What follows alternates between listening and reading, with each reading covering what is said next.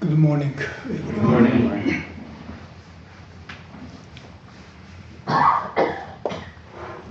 On Sunday mornings, I have been talking on this text, Opening the Handbook of Thought. This book was written by my teacher, Okumura Roshi, and I think this is very good, or both practical and also understandable instruction about our Zazen practice. At least my Zazen practice is based on this text. So to practice at this temple with me, I think it's helpful to read and understand this text. So if you haven't read this book, I recommend you to read this one. Anyway, I read paragraph by paragraph very slowly. Today, I'm going to talk about one paragraph in page 103.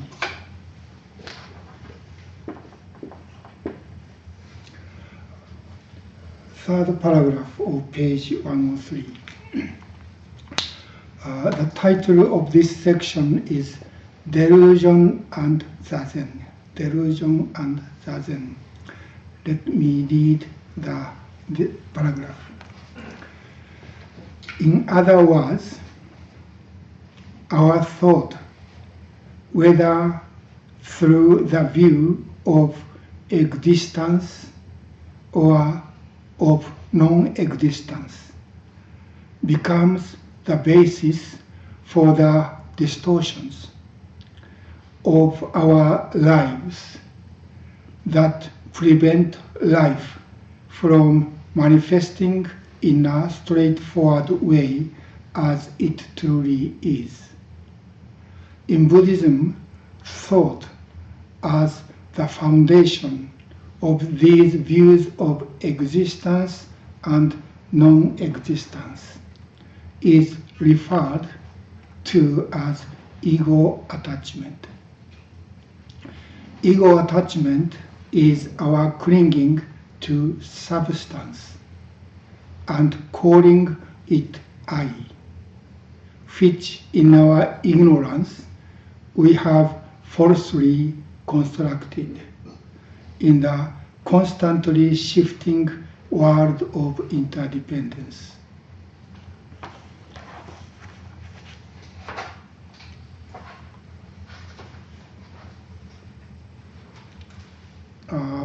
What he's talking about is our life. You know, we all have life force, but somehow we can't, or not cannot, but it's kind of difficult to live really manifesting this life force in a healthy way. Because according to Buddhism and also Okumura Roshi, that is because our thought,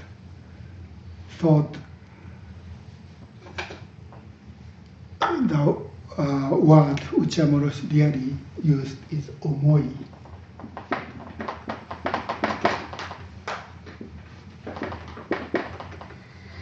As a Chinese character, this part is field, like a rice field or paddy. And this part is mind or heart. That means our heart is like a field or a rice paddy from which the plants grows. And those plants are our thought. Anyway, this our ability to think. That means the plants grow from our heart. Is a kind of interesting thing. You know, we have the ability in thinking. As a thinking, we have ability to think something which is not there. That means we can create fantasy, or dream, or vision. those are not really in front of our eyes, but somehow we can create. And so this ability is very important for us human beings to live with, having the brain. That is how our brain works. But often, we are deceived by this thinking, and we think what we think is true, or more real than the reality itself. That means our interpretation or our grasping of what's happening or what are there in front of us. We don't really see that thing or that situation happening as they are. But we have, in our perception, somehow it's distorted, and we interpret using our, logic, concept and logic, and about like and dislike, or right or wrong, or variable or not variable. That is how, we create the world or picture the world within our mind. And too often we think this picture of the world is world itself. That's how our life becomes illusion or elusive. And one of the important parts of Buddhist teaching is to understand how this happens. In Mahayana Buddhism, someone like Nagarjuna put emphasis on emptiness. Those thought or images or definition or concept are empty. It's not a real thing. That is what the early Mahayana Buddhism, such as Mahaprajna Paramita Sutras and Nagarjuna taught. But I think later people think that it was not enough. So another important school in Mahayana Buddhism called Yogacara. The main teaching of Yogacara school is called Yuishiki in Japanese.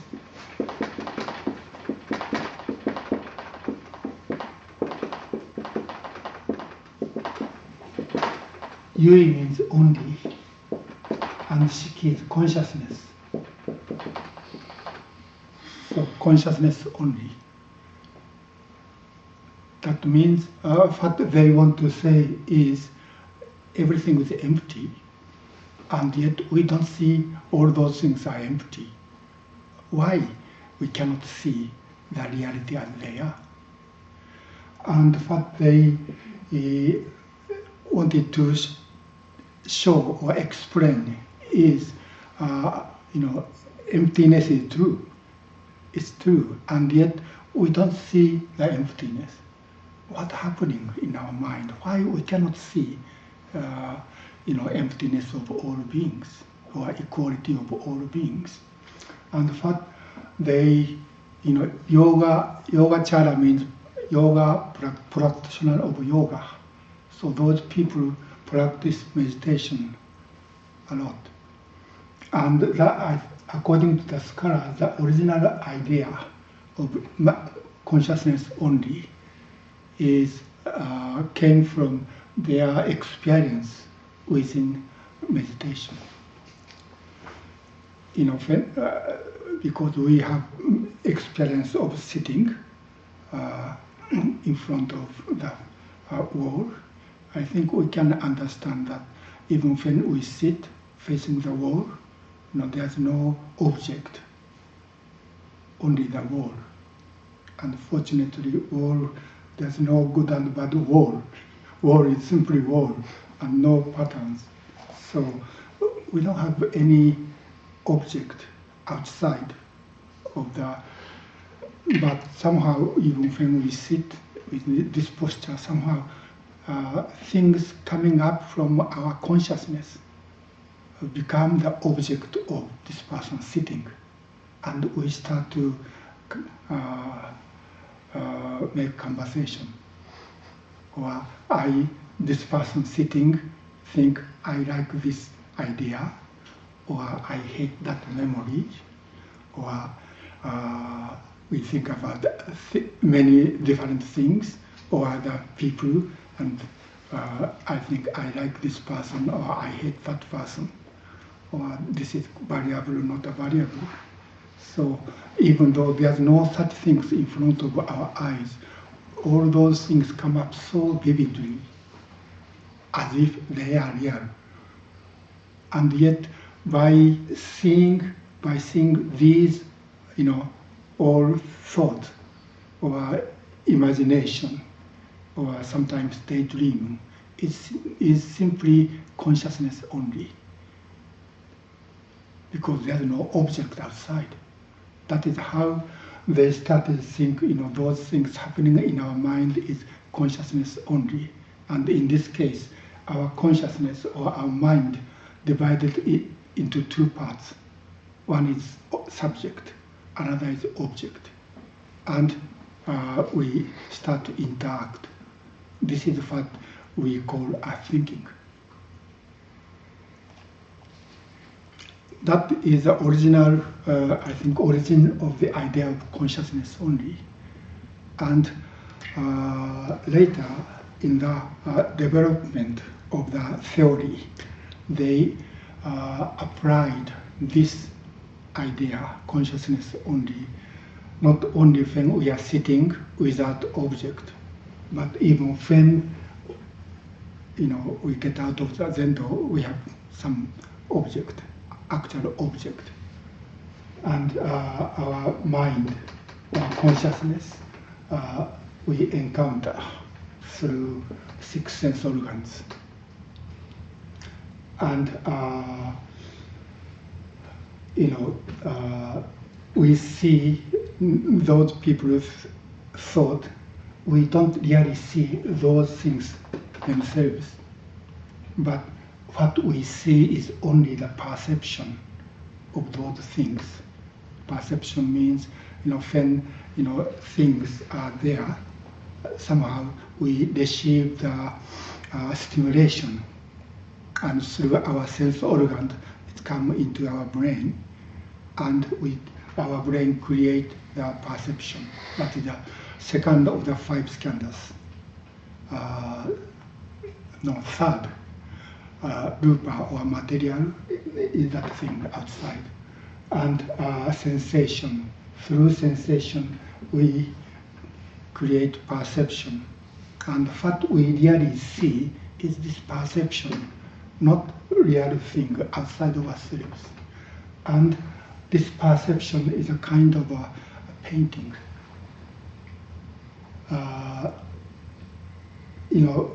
When we are sitting and there's no object, it's very clear whatever happening in our mind is illusion. It's not really there. But in this case, if there are actually something there, we think what we see is these things themselves. But according to Yogacara people teaching, that is not true.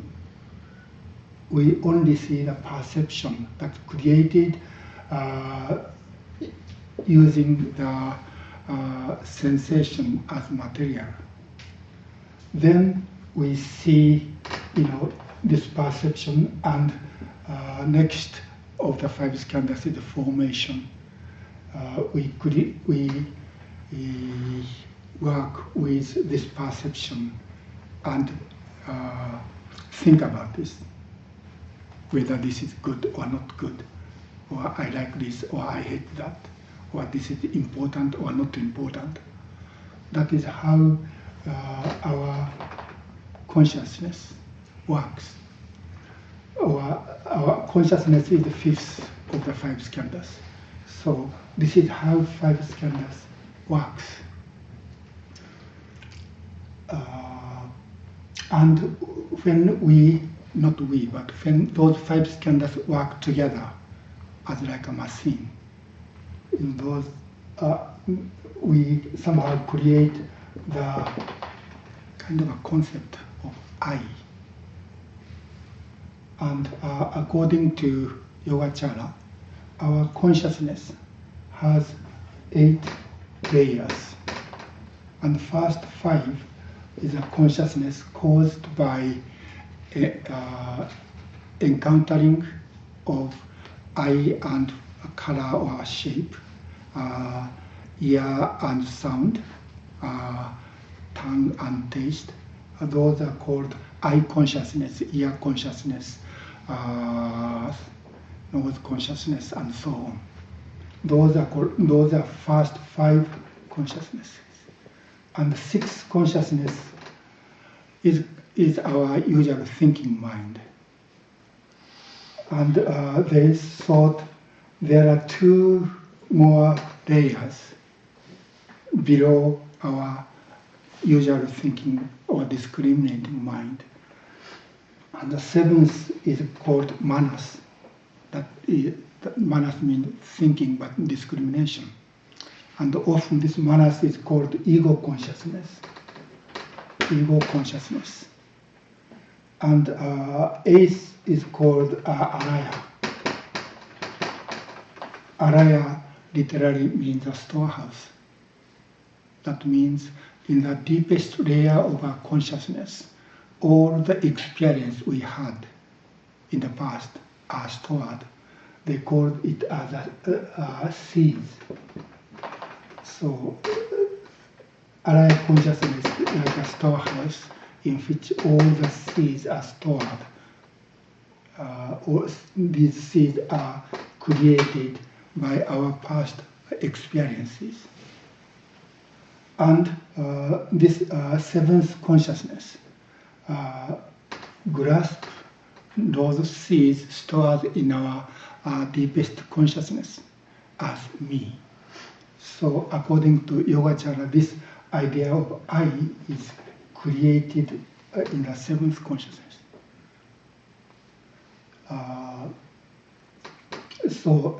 Araya, the deepest consciousness, is not yet self-centered. It's just a store of the past experiences.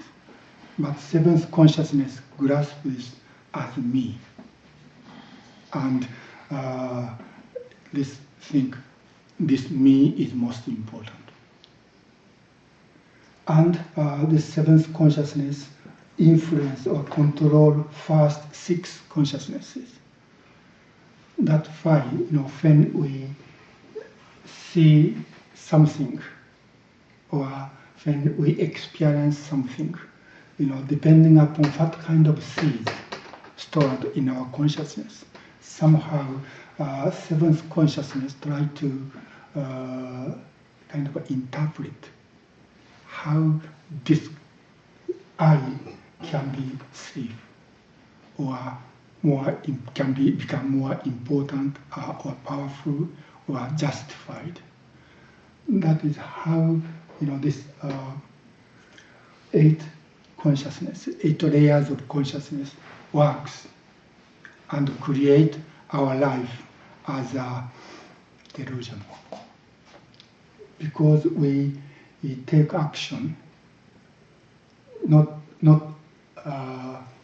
by seeing these things, these objects themselves, but we see and interpret and evaluate those things from what is already there. That's why, depending upon what kind of seed we have in the deepest layer of consciousness, our perception or our evaluation or our view is different. Each person has different view about even the same thing. That is how they interpret. Yogacara teachers interpret how our life become suffering. We create samsara within this mechanism. That is main part of Yogacara teaching. but that is only half of the Yogacara teaching, and another half is how we can become free from, this kind of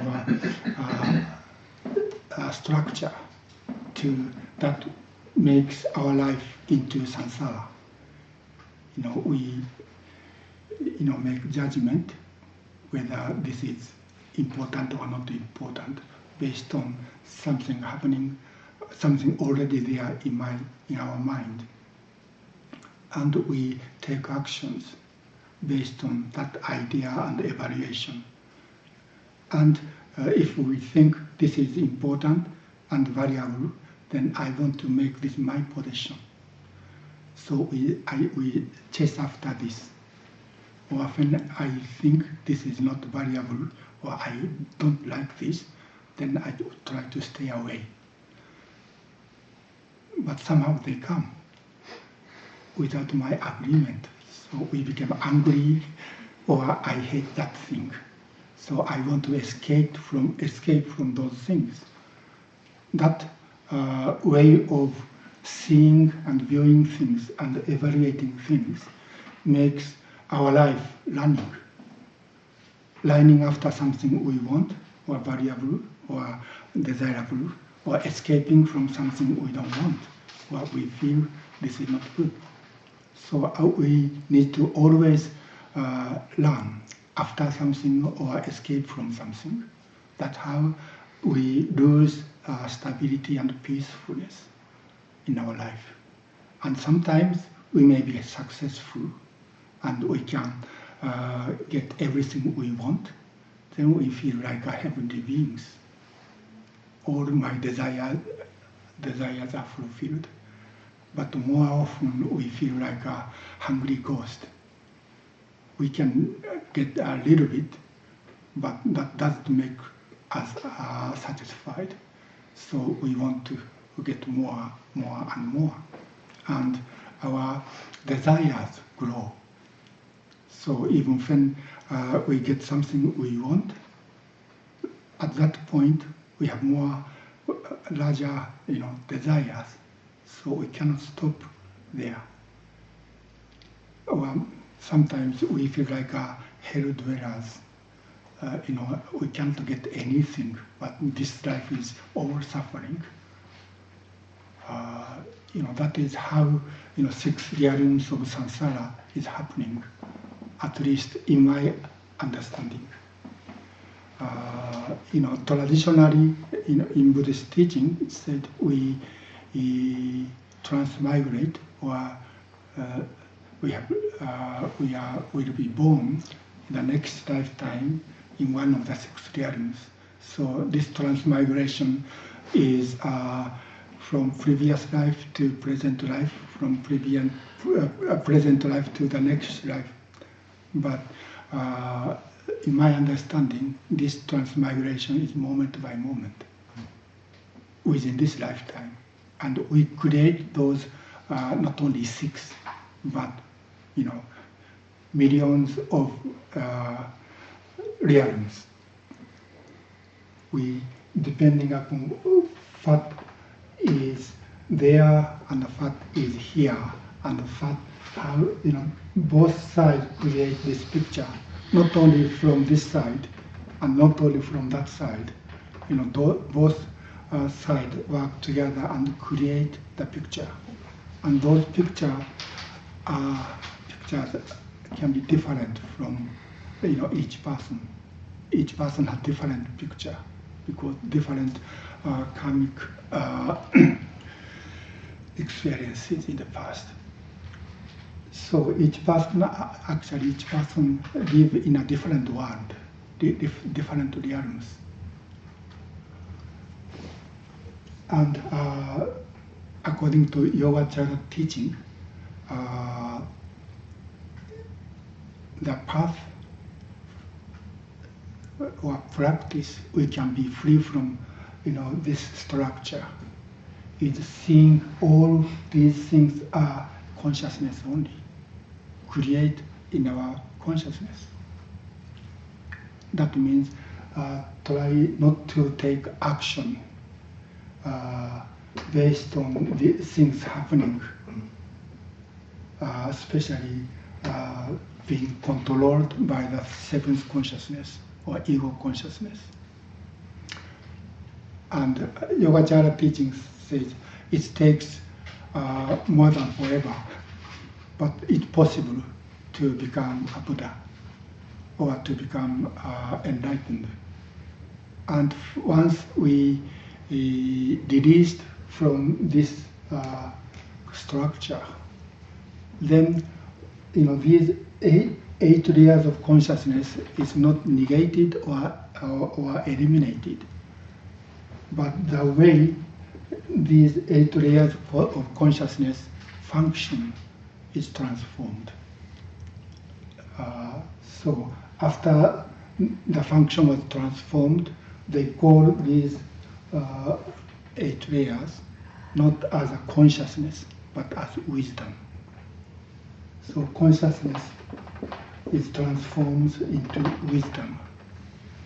And the deepest layer, so called Araya consciousness, when it's transformed, is called Dai En Kyo Chi. Dai is great, En is perfect. So great, perfect mirror, Kyo is mirror, and Chi.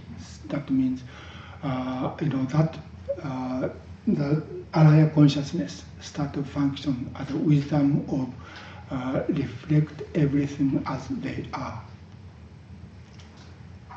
And seventh consciousness, when it's transformed, it functions as a wisdom of seeing equality of all things. When it was consciousness, this is a basis of discrimination. Me and other things, and make discrimination. But when it's transformed, this becomes wisdom of seeing equality of all beings. And sixth consciousness function as a myo kansatsu chi, wisdom which sees what is myo in this case. Myo literally means excellent, or skillfully see things, observe things. And first 5 consciousness is called Jo Shosachi, the wisdom that allows us to take actions. So, the same thing, same layers of our consciousness function instead of making karma and making our life into samsara, to the way we can live together with all beings and even help and or support all beings, or can be compassionate. When especially this seventh consciousness is transformed. So this is a basic teaching about in Mahayana Buddhism about how our life becomes suffering within samsara and how we can be released from suffering. I think this is the basis of what Uchiyama Roshi is talking about his zazen. So let me read sentence by sentence.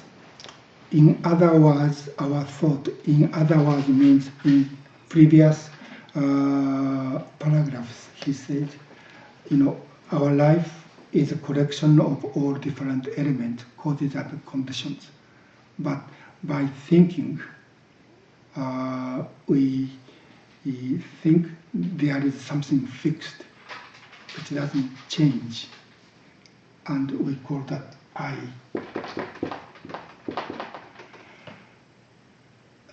And we cling to this view or idea or concept of I, and think this I is the owner of these 5 skandhas, this body and mind, and operator of the 5 skandhas. So this is most important. Or that is called in Japanese uken. In this translation, view of existence. U means existence. Ken is view or to see. And the opposition of uken is muken.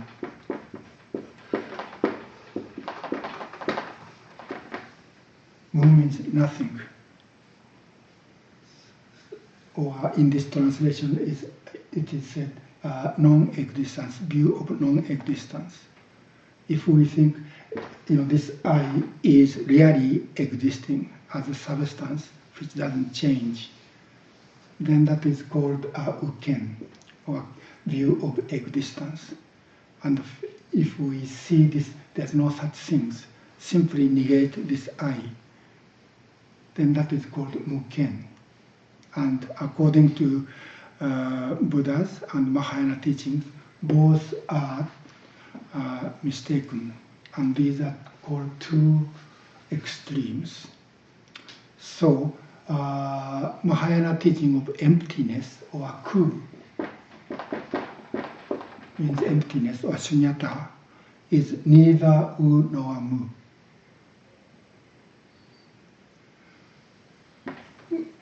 But when we hear and think about emptiness or shunyata, somehow we mistakenly think the teaching of everything is empty seems like this side.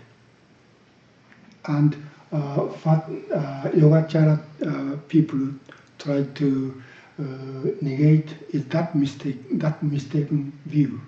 Emptiness is opposite of uken. But emptiness is called a he, u, he, mu. But this he, u, him, or emptiness is also a concept. The reality of emptiness is actually what is happening. And when we interpret through this structure, somehow as our view, it becomes u or mu. We think this is existing, or we can think it seems existing, but it's not really there. So view is kind of, I think, view or our thinking using the concept is like taking a photo of, for example, of a baby. When we take a photo of a baby, the next moment the real baby is different. But the baby in the photo doesn't change. So when we fix something as a concept, like good and bad, or variable or not variable, or I like this or I hate that, that doesn't change. And this I is the same thing. So our view fixed things, and we think those are substantial. And we miss the reality which is always changing. The real baby is growing, changing every moment. But in my mind, the baby is still the same baby. So this reality of emptiness, neither u nor mu, cannot be our view. When we think about it, and when we talk about it, that is what I'm doing, then even this emptiness and neither u nor mu become concept. So we should not, if we cling to that concept, then we make another mistake. So to see emptiness, what we can do is being free from either view. That is what letting go of thought means.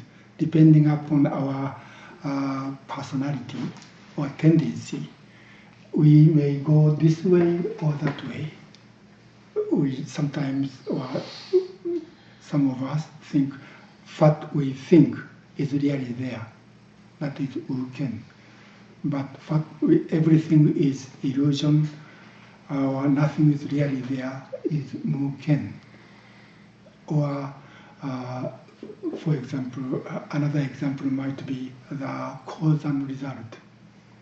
When sometimes we feel, if I do this, I'll get that result. That is how I take actions to get that thing. And we think, this cause and result is really there. This is one extreme. But often we don't get that thing, even though we start to, work to get that thing. Then we went to the opposite side, cause and result is not really there. It's a fiction, it's only thinking. So nothing, we don't care about anything. That is another extreme. That is another kind of example of uken and muken. But both are mistaken. If we 100% think that this cause and result is really there, so if I do this 100%, for sure I can get that thing. That is illusion. Illusion based on the ignorance. That means that the things happen, the way things happen, that even though I do this, I work to get that thing, still I cannot get that thing, or we cannot reach goal. Then we negate the causality. But causality is much broader. But we only think where we are and where we want to go. But how can I say, the cause and the result is not only one, but we don't see other cause and result. So, for example, we think, if we do some exercise, we become healthy. And that is kind of expectation based on cause and result. If I do this, I become healthy. But if we don't do the exercise skill-free, we may die because of this exercise. And that does not mean cause and result doesn't work. There's another cause and result that we do something, for example, jogging on the street without attentiveness, then we may be hit by a car. Then, there is a cause and result. If we run on the street without attentiveness, then we may hit by the car and we die. But we don't see that line of cause and result. But we only see based on my expectation. If I do this, I become healthy and live longer. But when things doesn't work in that way, we negate the causality. Then nothing is certain. Then we start to do anything without thinking. That is another way of viewing nothingness or non-existence. In both extreme ways, we think and do things came out of this egocentricity. That is what Okumura Roshi is saying next. In Buddhism, thought as the foundation of these views of existence, both uken or muken, and non-existence is referred to as ego attachment. Ego attachment is a translation of ga, shu.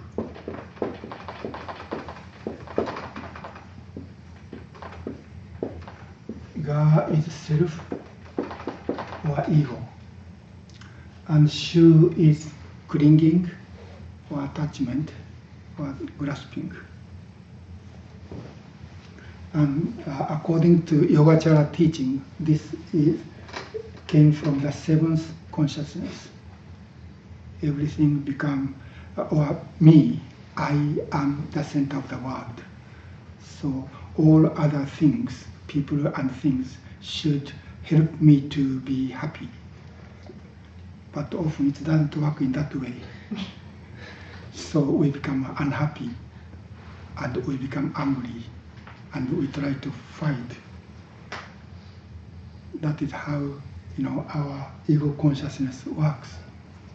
So in this structure, this ego consciousness functions as this person can be happy, or this story, even though it is difficult now, but it must be getting better.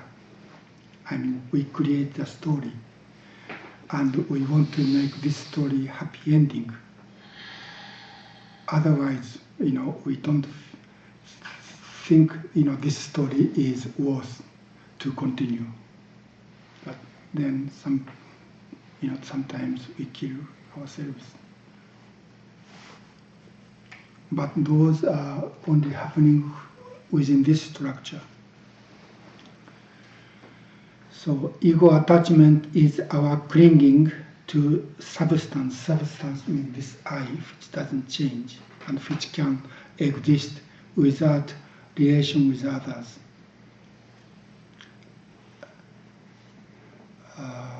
Which in our ignorance we have falsely constructed in the constantly shifting world of interdependence. So in the world of interdependence, things are happening without such a distinction between subject and object. Everything is working as one, and we are part of it. But somehow in our mind, we separate this network of interdependent origination that works as one into two pieces. One is me and other thing. And almost always the theme of this story is how can I be happy? And often we think, if I can be happy, I don't mind about other people's are happy or not.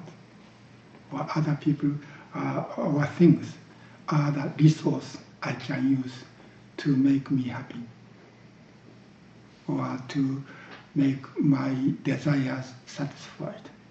If it doesn't work in that way, then this life is not worth to live. That is how our life become suffering within samsara, even though there's no such substantial thing, but somehow it works in that way. I think it's like a typhoon or hurricane. Usually nothing there, but when all different element works, somehow it becomes huge energy, and sometimes it's very violent and destructive. But once it's gone, nothing there.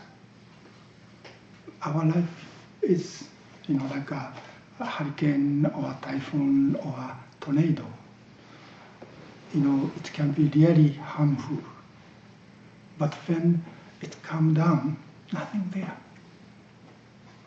That's what consciousness only means. And that is, I think, one of the point of our practice of letting go. This letting go of thought. This thought came from seventh consciousness to make me happy, to make me satisfied. And sometimes it's become like a tornado and harm both ourselves and other people and create disharmony and sometimes fighting.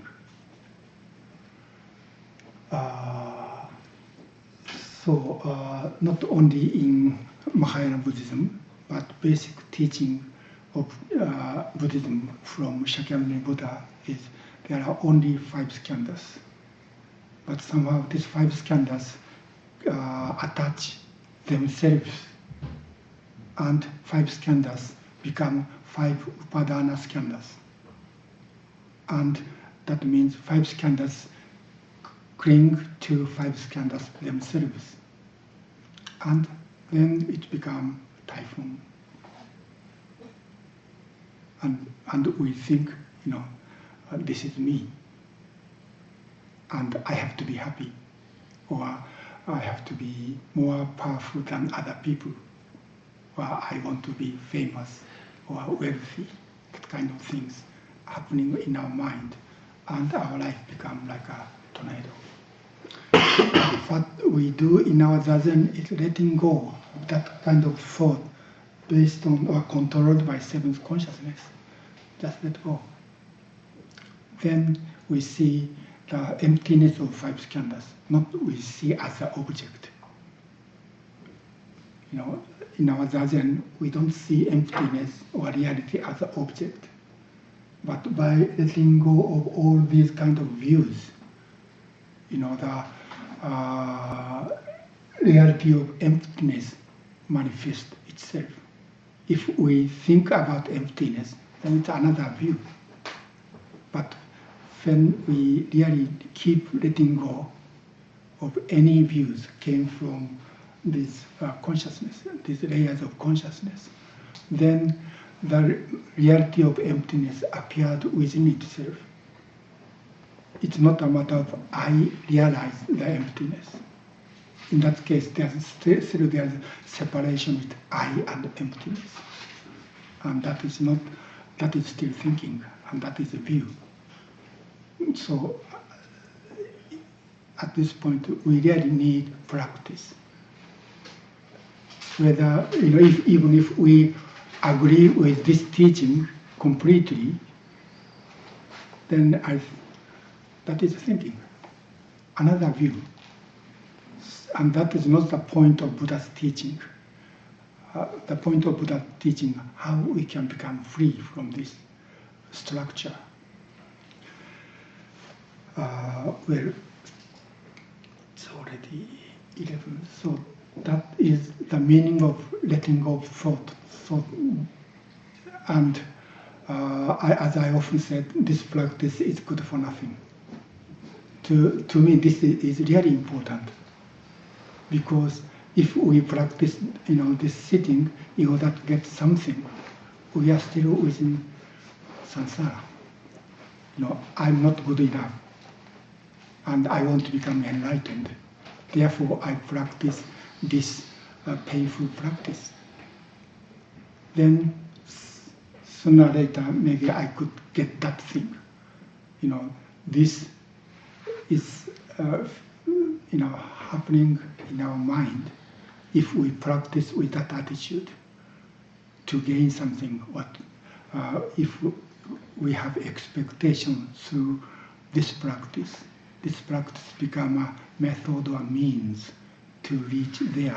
That means I'm not good. I don't like this. If I reach there, I become happier. Then the goal or object of our desire might be different, not the material things like fame and profit. But what's happening in our mind is the same, that something is lacking. So if I practice with this, then I become better. This frame of mind is really the same thing with the structure or mechanism that our life becomes suffering, becomes samsara. So if we practice without understanding this practice is good for nothing, that means good for nothing means we don't need to gain anything. We are already there. Nothing is lacking. Good for nothing. This expression sounds negative, so it's against our logic, our motivation, and actually, this expression used by Shōhaku Roshi. That was Shōhaku Roshi's intention, to make us confused and start to question our motivation to do anything. So this is, Zazen is good for nothing. It's a kind of a koan. Anyway, this is what I have to say this morning. Any question or comments? Please. Let's say I think that if I practice Zazen, I will become enlightened and I will be happier. Let's say I don't know that that's poor motivation and that I remain in delusion as I go into my Zazen practice. It seems to me that one of the beauties of Zazen is it shows me that that is delusion. And so in that process, I become cleansed of delusion. So even though my initial motivation was erroneous or unskillful, the result is skillful. Do you agree? I think so. Without expectation or there's no way to start something. It's really difficult to find a motivation to do something good for nothing. So mistakenly we have some expectation. And in my case, my expectation is I really love this good for nothing thing. This is a kind of distorted expectation because I was sick of becoming better.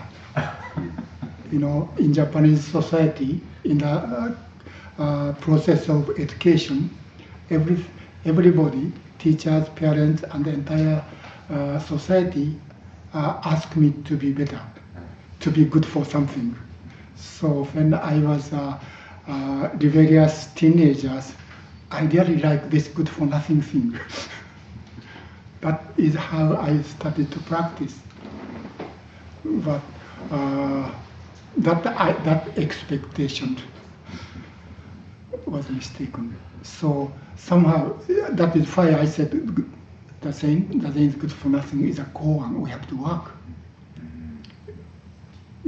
And it took me about 10 years to become free from my expectation of if we practice something good for nothing, then my life is better than other people working for something. That was my expectation about this, from this practice. So this is a kind of very distorted or upside down desire. So anyway, I think all of us need to, in order to start something, we need some motivation. And this motivation is expectation. If I do this, then I can get something or I can change myself. So I think almost always that is the starting point. But if the teaching, even the teaching, how can I say, stimulate that expectation and ask the practitioner to practice more in order to gain better thing, then that is kind of misleading. So it's important from the very beginning to say this is not good for something, I think. I think that is a kind of a skillful means made by Shōhaku Roshi to say good for nothing. Okay? Please. Well, I have about 15 or 20 questions, which you're not going to let me get away with. I guess the first one is on the 8 levels of consciousness. Do all sentient beings contain them? And if they do contain them, do they contain them to the same degree, or are they developable? I'm not sure. I think they are talking about human beings. Okay. Not about cats or dogs. No, I understand that. About a year ago, as you started your lecture, you drew a line across the top of the board, and you talked about the development, the expansion of the understanding of consciousness coming into existence.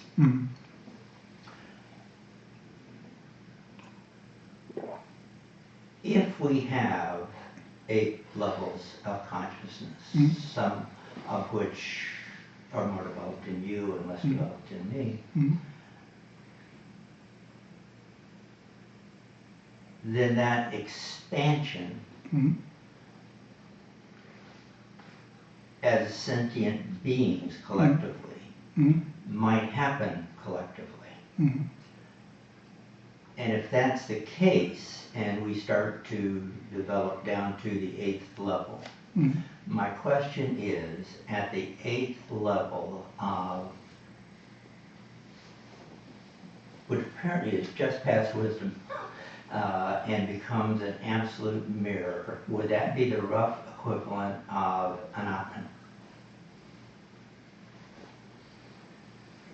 Or Atman, whichever way, it doesn't make any difference which way you go. Araya consciousness is not Atman, according to Yogacara teaching. No, but you have now moved beyond consciousness to beyond untrammeled equilibrium to be nothing but a mirror, reflecting all of reality. In Buddha's last teaching that you talked about on Buddha Enlightenment Day, you indicated that the original Sanskrit may have led Buddha to teach at the last moment, literally the last moment, that Atman exists. So then the question becomes how we develop that, or do we all have it, or does it come as a consequence of expanded consciousness to get to that mirror level? If the word Atman means, as usual, something fixed and never change, I think neither Araya consciousness nor the wisdom of great mirror, great perfect mirror, is not Atman, because it's changing. According to Yogacara teaching, this Araya consciousness is like a waterfall. Is it really changing, or is our just perception of it changing? I don't know. They say consciousness, Araya consciousness is like a waterfall. It seems there as one thing, but there is only the shape of the ground and water running. And the water is always changing, always new. That is how they understand the stream of consciousness. So consciousness is not something existing, but it's flowing. So in that sense, consciousness, Araya consciousness is not the Atman. And the wisdom of great mirror, great perfect mirror wisdom is the same. It's not something fixed and eternal. No, but it reflects. It absorbs everything and simply reflects back. And that is a state. State. A fixed state of reflection. State. Status. Status. Like a mental state of perspective to see the water continuously passing away. That now I have that perspective. Am I with you? Mm-hmm. Close at least. Very close. I don't think that is a fixed state of consciousness. Because consciousness is, even Buddha's consciousness is moving. And when he passed away, disappeared. So it's, in that sense, it's impermanent. Thank you. Okay, anything else? Please. And the consciousness being aware of rupa, let's say an outside situation, the fan, me seeing the fan, me feel, well, okay, let's just stay with that. Is it possible to become aware of the fan without any of the other lenses or factors, so that it's just awareness of an object? I think sometimes, we are close to that condition. Yeah. We can see without thinking, Right. or without evaluating, just see it. And sometimes that is called, especially in Rinzai tradition, that is called pure existence, pure experience, without being influenced or controlled by thinking. Yeah. In the in the Theravadan tradition, one piece of language for that is bare awareness. Bare awareness, without being influenced by thinking or the seeds that were started. Yeah.